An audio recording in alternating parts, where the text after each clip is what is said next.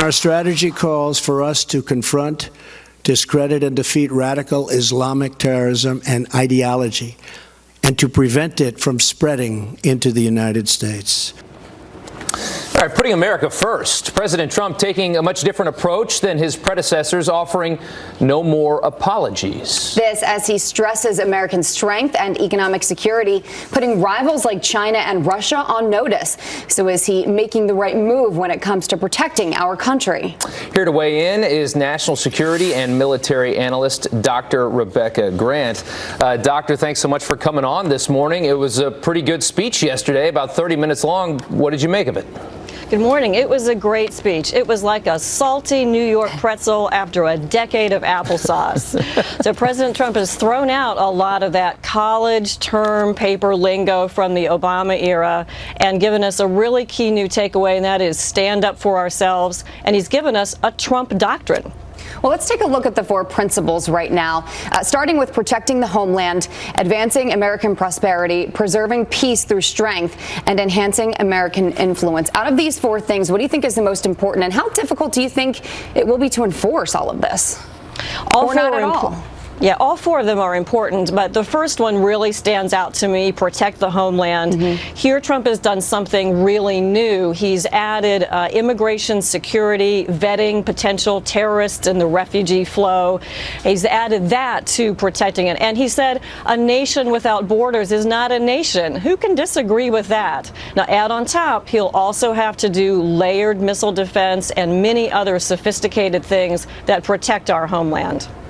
You know, he also said something about advancing American influence abroad, and I think there was some question about whether or not that steps on his former kind of idea that America was going to kind of take a step back, and I don't know if you want to say be more of an isolationist nation, but, you know, not go into nation building and all the stuff like that. It almost seemed like there was a bit of confusion there about where exactly the policy stands.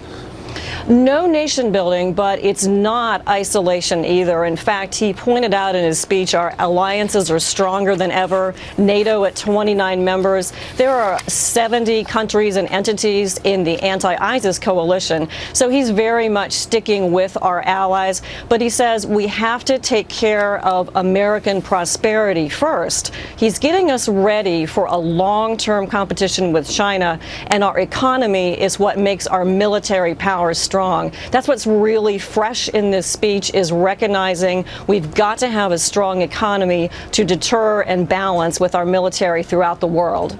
Dr. Grant, there are a couple of things that are changing in order to keep up with this America First idea. So let's go ahead and take a look at this list, starting with Islamist terrorism, a renewed focus as a major threat. Climate change, I've seen a lot of backlash to this one so far, no longer a national security threat. In the Middle East, Iran, not Israel, is the threat to peace. And on immigration, I mean, he's been very strong on this, ending chain migration, increasing vetting. What's your take on this, on the differences? Some big differences. I care about the climate, but climate change doesn't have to be in this national security strategy. So I think it's a good move to put climate change somewhere else. He's talking, of course, about Iran. We know what he's refused to recertify the Iran deal. Don't forget, there's almost a mini Cold War going on between Iran and Saudi Arabia. So with Iran rests a lot of the future of the Middle East. He's rightly called out that we've won a big victory against ISIS. Iraq is now almost 100% free from ISIS influence.